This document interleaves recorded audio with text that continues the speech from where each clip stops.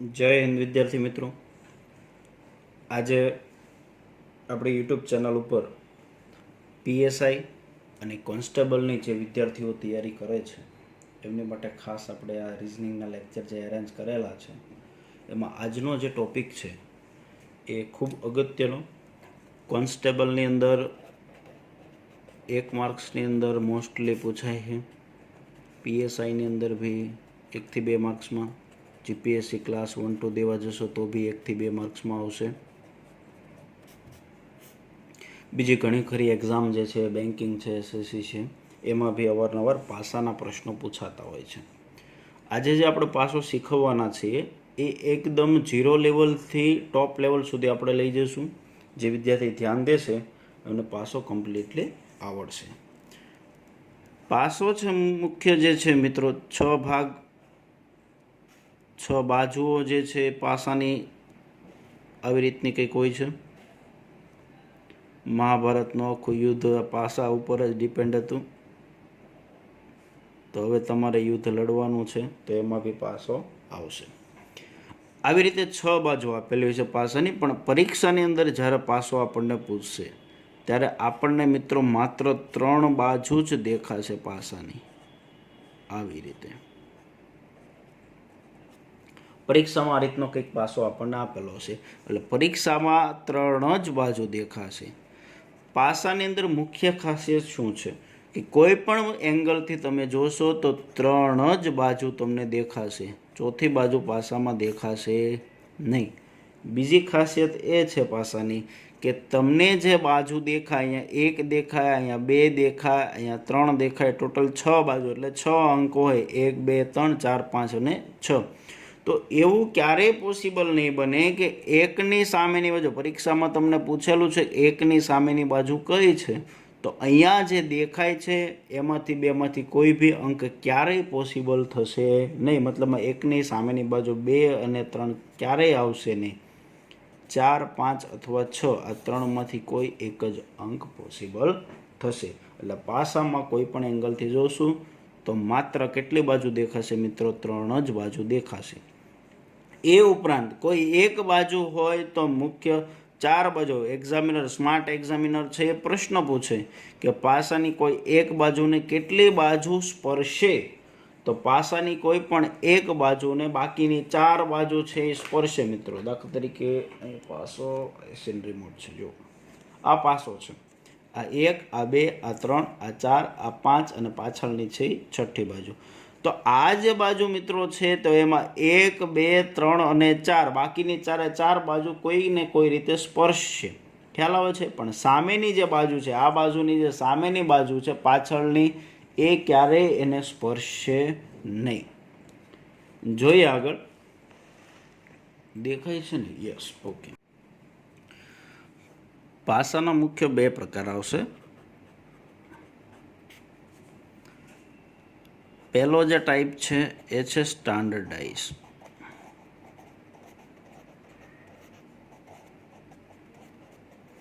બીજો જે ટાઈપ છે એ છે નોન સ્ટાન્ડર્ડ.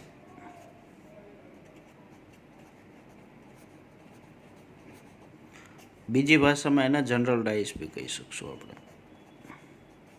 બહુ ઇઝી છે એકદમ. હવે સ્ટાન્ડર્ડાઇઝ કોને કહેવાશે?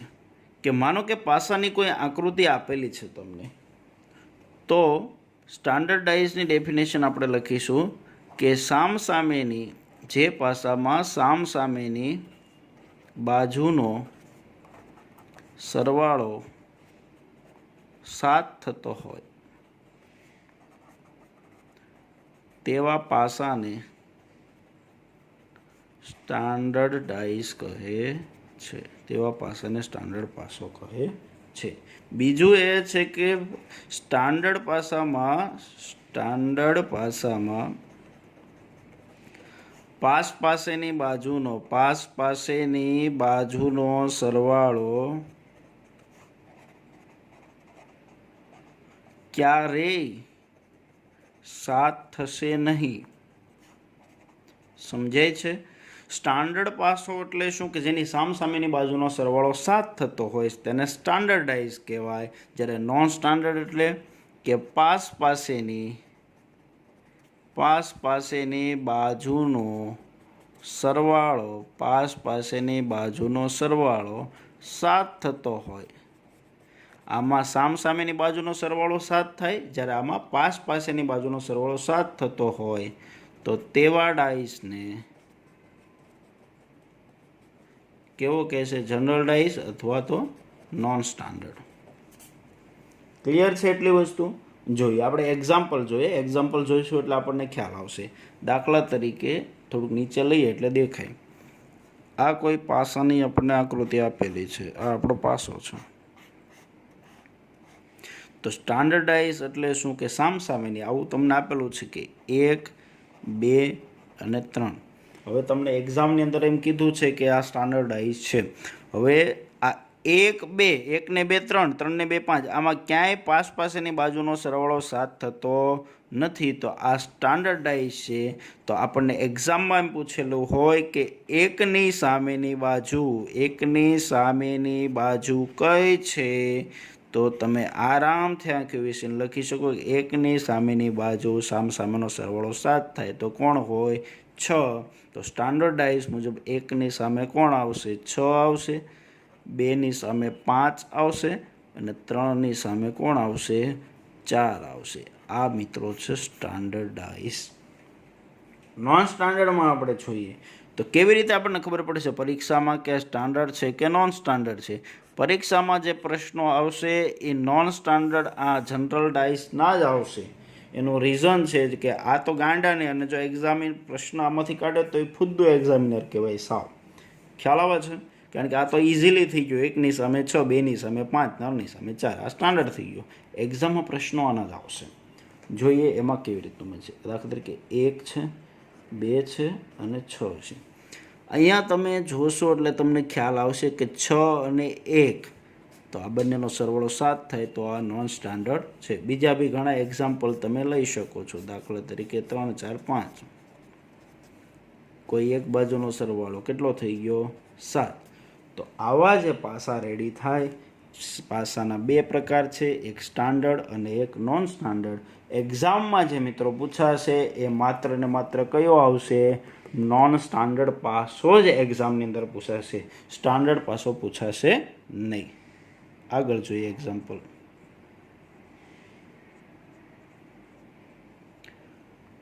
નમસ્તે મિત્રો. ચાલો થઈ ગયું. પાસો શીખવો હોય મિત્રો, કોઈ પણ એક્ઝામ્પલ, પાસાનું કોઈ પણ એક્ઝામ્પલ તમારે શીખવું હોય તો માત્ર ને માત્ર મારા 4 નિયમો જે છે, જે મારા ઘરના મેં બનાવેલા છે, એ 4 નિયમ તમે યાદ રાખશો તો પાસાનો કોઈ પણ એક્ઝામ્પલ હોય તમે આરામથી એના જવાબ લખશો. પાસા માટે મિત્રો મારા 4 નિયમો તમારે યાદ રાખવાના છે. આ નિયમોનું જો તમે પાલન કરશો, શીખી લેશો તો આરામથી તમે કોઈ પણ પ્રશ્ન હશે, કોઈ પણ પ્રશ્નનો તમે જવાબ આપી શકશો. અને જો જવાબ ન આવે તો સમજવાનું રકમમાં ભૂલ છે. સમજાણું? બધે જવાબ આવે એવું જરૂરી નથી. તો સમજવાનું શું? સમજવાનું રકમમાં ભૂલ છે. તો ચાલો સમજીએ. પાસાનો પહેલો મારો નિયમ છે નિયમ નંબર 1. આટલું શીખો એટલે પાસાની આની બારું કંઈ સમજવાનું જ નથી મિત્રો. પહેલો નિયમ છે મારો કે જો આપેલી બંને આકૃતિમાં, અથવા 2 થી વધુ બી હોઈ શકે, બંને આકૃતિમાં એક અંક સમાન હોય, તો જે અંક ઘટતો હોય અથવા જે નથી આપેલો બંને આકૃતિમાં, તે અંક જે સમાન અંક છે તેની સામે આવશે. એક્ઝામ્પલ લઈશ તો જ સમજાશે. નિયમ નંબર 1. શું મેં નિયમ કીધો? દાખલા તરીકે એક્ઝામિનરે પ્રશ્ન પૂછેલો છે. શું એક્ઝામિનરે પ્રશ્ન પૂછેલો છે કે આપેલ આકૃતિમાં 2ની સામેનો અંક કયો હશે? 2ની સામેનો અંક કયો હશે? આવો પ્રશ્ન એક્ઝામિનરે આવો પ્રશ્ન પૂછેલો છે. આવી બે આકૃતિ આપી છે આપણને.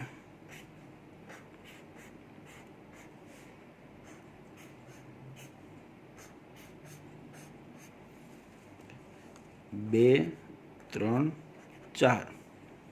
અહીંયા આપ્યું છે 1, 2 અને 5. આ બંને આકૃતિ એક જ પાસાની છે પણ અલગ અલગ વ્યૂથી આપણને બતાવવામાં આવી છે. પરીક્ષામાં પ્રશ્ન પૂછાયો કે આપેલ આકૃતિમાં 2ની સામેનો અંક કયો છે? તો રૂલ્સ નંબર મારો 1, પહેલો નિયમ મારો શું કહે છે? આપણો પહેલો નિયમ મારો જે છે એ શું કહે છે કે બંનેમાં જો એક અંક કોમન હોય, દાખલા તરીકે આમાં 2 આપેલા અને આમાં 2 આપેલા, બેમાંથી આ એક જ અંક છે એ કોમન હોય તો જે ઘટતો અંક જે હોય એ એની સામે આવે, એટલે કે 2ની સામેનો અંક કોણ હશે? આ 3 અને 4 પાસેની બાજુ તો ક્યારેય પોસિબલ નથી. 2ની બાજુમાં 3 છે એટલે એની સામે નહીં આવે, 2ની બાજુમાં 4 છે એટલે એ સામે નહીં આવે. અહીંયા 2ની બાજુમાં 5 છે એટલે એ બી નહીં આવે, 2ની બાજુમાં 1 છે તો એ બી નહીં આવે, 4 નહીં આવે, 3 નહીં આવે, 1 નહીં આવે, 5 નહીં આવે, તો વધ્યું કોણ?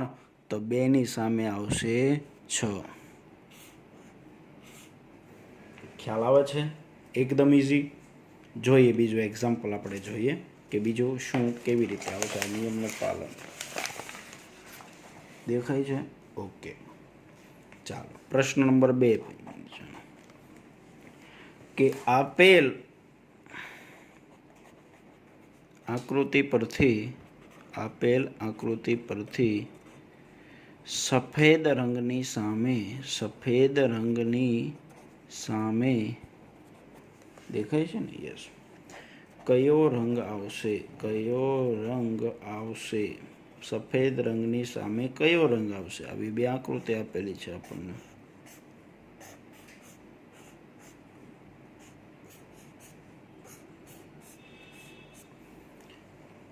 રંગ આપેલો છે, અહીંયા આપ્યો છે વાદળી, અહીંયા આપ્યો છે લીલો, અહીંયા આપ્યો છે સફેદ, અહીંયા આપ્યો છે પીળો, અહીંયા આપ્યો છે સફેદ, અહીંયા આપ્યો છે કાળો. પહેલો રૂલ્સ લાગુ પડશે. હમણાં મેં નિયમ 1 શીખ્યો. શું નિયમ? કે બંનેમાં કોમન જુઓ કેટલા અંક છે. તો અહીંયા સફેદ છે ને અહીંયા સફેદ છે, એક જ વસ્તુ કોમન છે બંને આકૃતિમાં. તો હમણાં મેં જે શીખ્યું એ મુજબ જે ઘટતો અંક છે એની સામે આવશે સફેદની સામે. હવે અહીંયા મોટો પ્રશ્ન ઊભો થયો કે સફેદની સામે સાહેબ મારે શું લખવું? તો મારા ભાઈઓ બહેનો, મારા મિત્રો, આ સફેદની સામે ક્યાં જવાનું? વિકલ્પમાં જે વધારાનો 6 નંબરનો જે રંગ આપેલો હોય એ લખવાનો. અહીંયા મેં લાલ નથી લખ્યો તો લાલ મને ગમશે, તો અહીંયા મારો આન્સર હું લખીશ લાલ. આ વિકલ્પ ઉપર જે છઠ્ઠો એક્સ્ટ્રા આપેલો હોય એ લખવાનો છે. ક્લિયર છે? આ આપણો થશે આન્સર.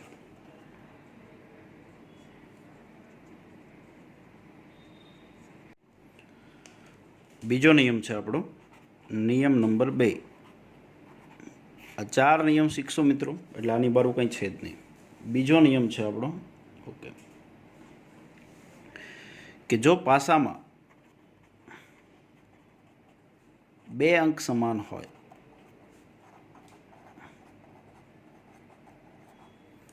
જો પાસામાં 2 અંક સમાન હોય તો બાકી રહેતા અંક સામસામે હોય. 2 અંક સમાન હોય ને બાકી રહેતા અંક એટલે કેવી રીતનું થશે જોઈએ આપણે. આ માનો કે એક જ પાસાની 2 આકૃતિ આપેલી છે.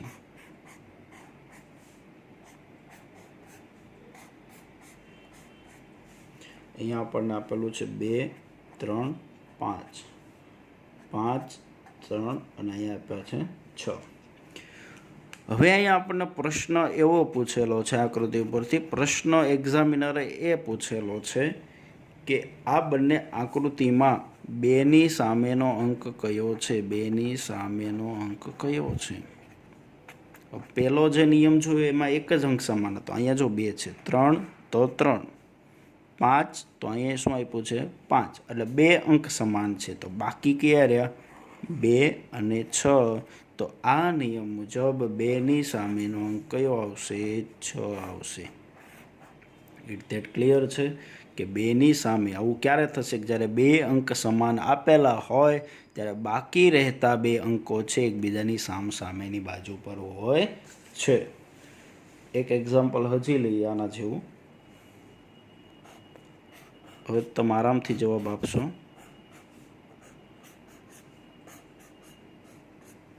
આવું આપેલું છે મિત્રો, આ એ, આ બી, આ સી, એ, આ ડી. હવે પ્રશ્ન એમ પૂછેલો છે કે બીની સામેનો અંક કયો છે? એ અહીંયા છે, એ અહીંયા છે, સી અહીંયા છે, સી અહીંયા છે. તો વધ્યા કોણ? બી અને ડી. તો બીની સામે કયો અંક આવશે? ડી. ક્લિયર છે? ઓકે. ત્રીજો જે નિયમ છે મિત્રો એ આપણું બ્રહ્માસ્ત્ર છે. નિયમ નંબર 3. કોઈ નિયમથી જવાબ નહીં આવે તો આ નિયમથી તો આન્સર આવશે ને આવશે. આ મારું બ્રહ્માસ્ત્ર છે. ચલાવી દેવાનું. જ્યારે ક્યાંય પાસામાં તમને જવાબ ન મળે ત્યારે બ્રહ્માસ્ત્ર ચલાવજો. બ્રહ્માસ્ત્ર ચલાવશો એટલે તમને તમારો જવાબ મળશે અને મળશે જ. ચાલો જોઈએ, એક્ઝામ્પલ જોઈએ આપણે કે આવું કંઈક આપેલું છે. કે પહેલાં એક્ઝામ્પલ સમજાવું અને પછી નિયમ સમજાવું. કે પહેલાં એક્ઝામ્પલ જોઈએ. જો આવું આપ્યું છે.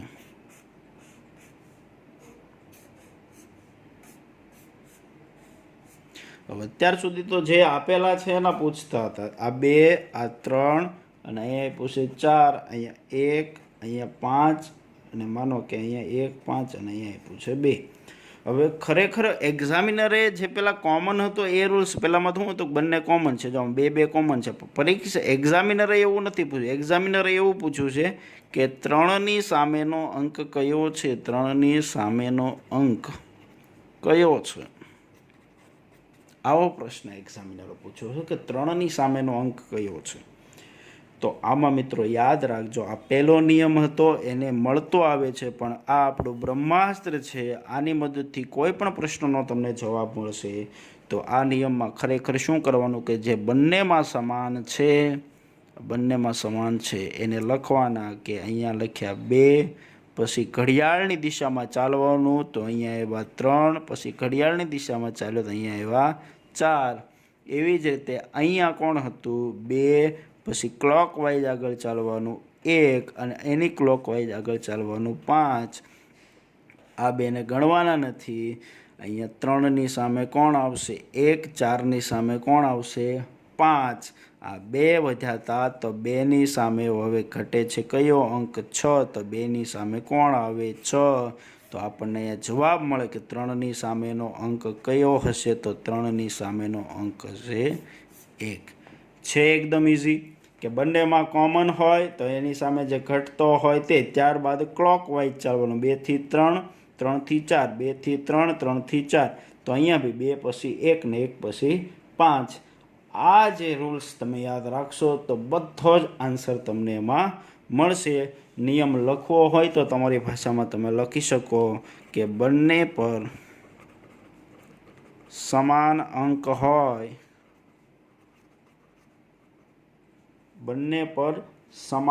અંક હોય, તેની સામે આકૃતિમાં ઘટતો અંક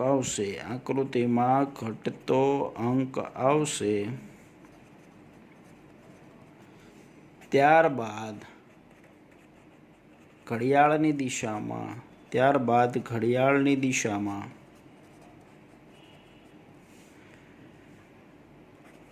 આવતા અંક સામસામે આવશે.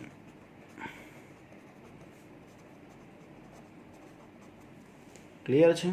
ઓકે. છેલ્લો અને લાસ્ટ નિયમ મિત્રો, નિયમ 4 આપણો આ ખૂબ અગત્યનો છે કે જ્યારે બંને પાસા પર અલગ અલગ અંક આપેલા હોય ત્યારે કેવી રીતની પોઝિશન ઊભી થશે. દાખલા તરીકે આ રીતનું આપેલું હોય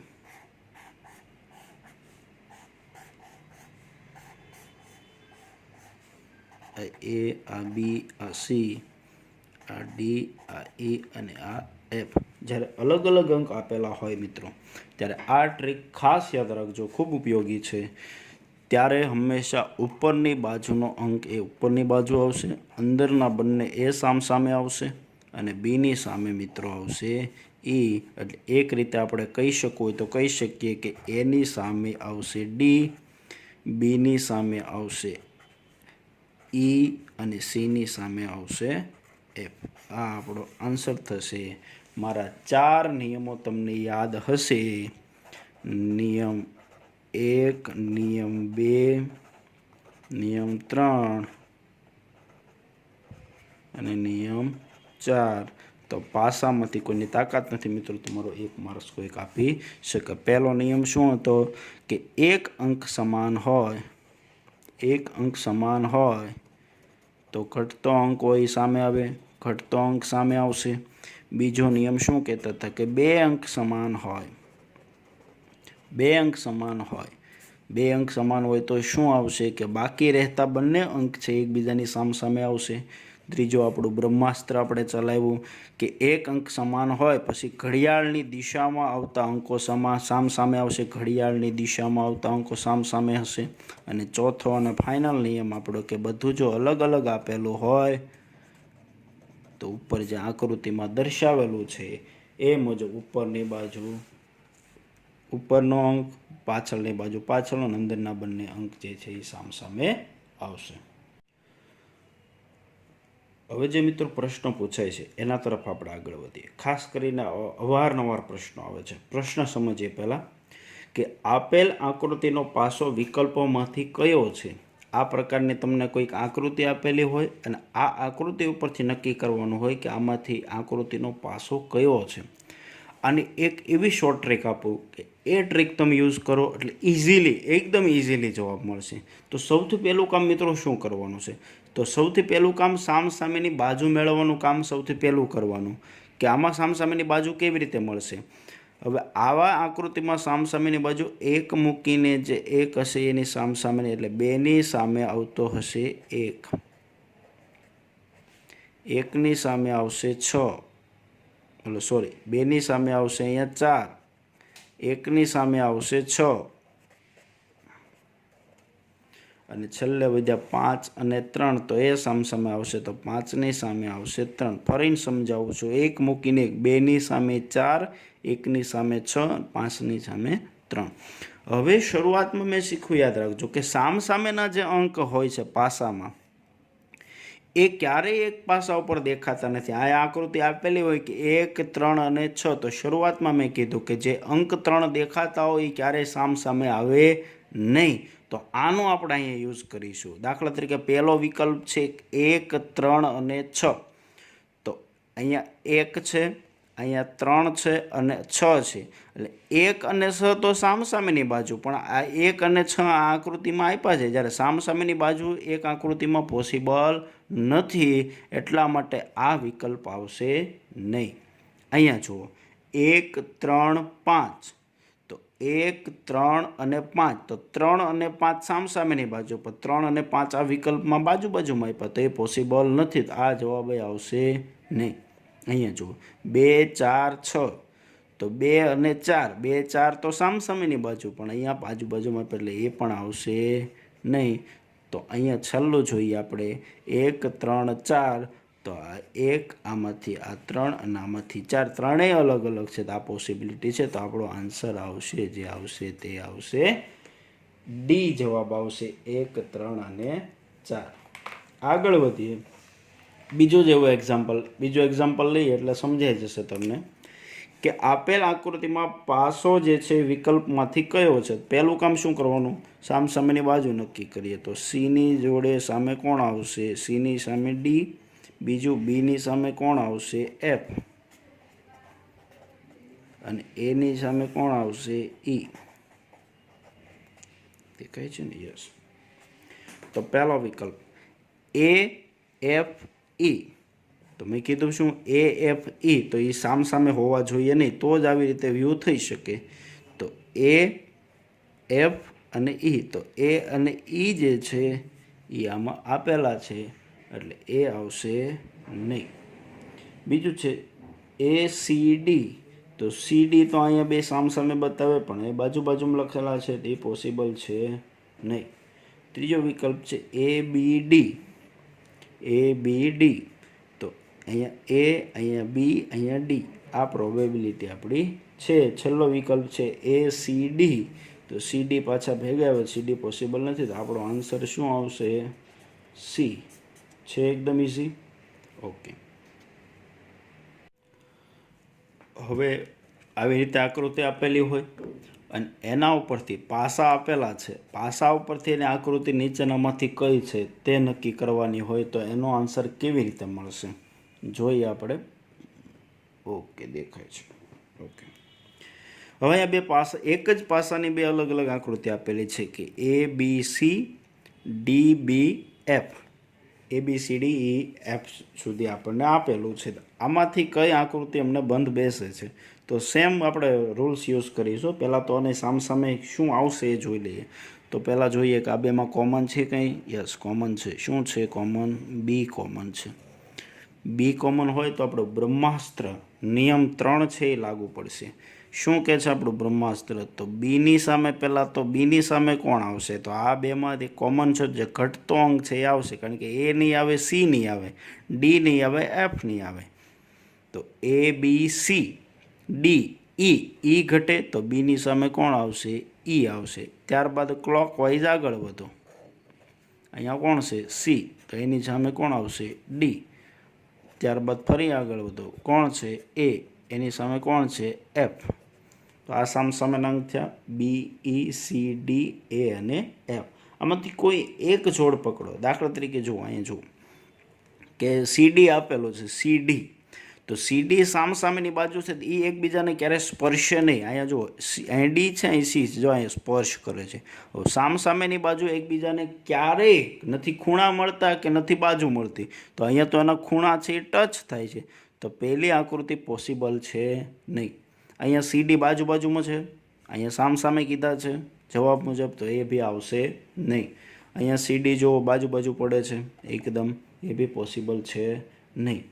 અહીંયા જુઓ, A થી F, પહેલું A અને F સામસામે આવે છે, યસ. C અને D સામસામે આવે છે, B અને E સામસામે આવે છે, તો આપણો આન્સર જે છે એ છે D. તો મિત્રો, પાસો જે છે એટલા એક્ઝામ્પલ તમે સોલ્વ કરો અને મારા 4 નિયમો તમે યાદ રાખો, તો પાસામાં એક્ઝામિનરને પૂછવો હોય તો પ્રશ્ન પૂછી લે, તમે આરામથી જવાબ લખશો. અને છતાં બી ન આવડે તો સમજવાનું કે રકમની અંદર મિસ્ટેક આપેલો છે. આવનારા સમયની અંદર વધુ આપણે આવા જ વિડીયો બનાવીશું. વિડીયો ગમ્યો હોય તો લાઈક કરો, કોમેન્ટ કરો, કંઈ બી પ્રશ્ન હોય, નવા કયા ટોપિક ઉપર વિડીયો મૂકવો જોઈએ એને કોમેન્ટ કરી શકો છો તમે. અને વિડીયો જે છે એ રિઝનિંગ જે વિદ્યાર્થીઓને શીખવું છે, જે સ્પર્ધાત્મક પરીક્ષાની તૈયારી કરે છે, ખાસ કરીને ખાખીની ખુમારી, તો એવા વિદ્યાર્થીઓને શેર કરો. મળતા રહીશું. જય હિન્દ, જય ભારત.